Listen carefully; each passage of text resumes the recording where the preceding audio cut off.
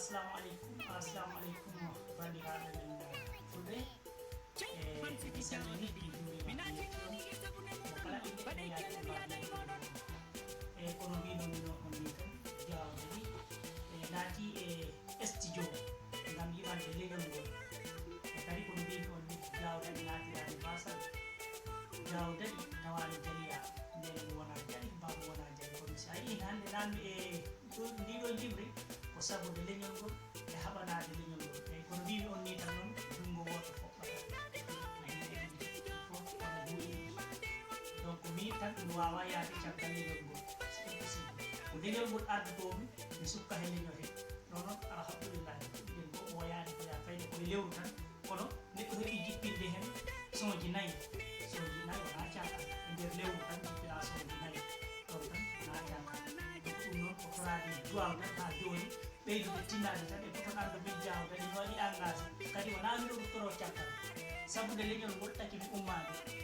donc o waktu ɗo noon en naati golle ana wayno waɗi ko mi jangguino école o kam école udditi kadi neɗɗo ɗuttorto toon kono inchallah feejji hen waɗi feet e kadi école ouvert kadi ko ɗum fof ko toon andu golle ɗe kam wona miɗo ɗe lella kono noon ko ɗeɗa gaɗi donc ɗen ɗon ko ma deggine ha so ɗen teeri sengo kadi golle goɗɗe ɗe ɗiɗɗe ɗe mbawa yaade kadi en waɗa tan ko wiyete ko comme genre vacance quoi donc joni ko vacance ƴettuɗen kadi kono hatta feejji gari kadi ta neɗɗo heeɓi gandal kadi gongal ɗi wawi yaltinde ɗon kadi sonde kono waktu ɗo kam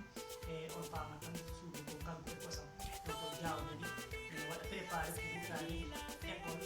e jangguinoya e ɗum on calminama on jurama on yettama kono mbinoni tan jawdani tawani jaliya neni mo wona jali bammo wona jali kono sa yi naati e ɗiɗo jimɗe ko sabude ɗum gonɗon e fulɓe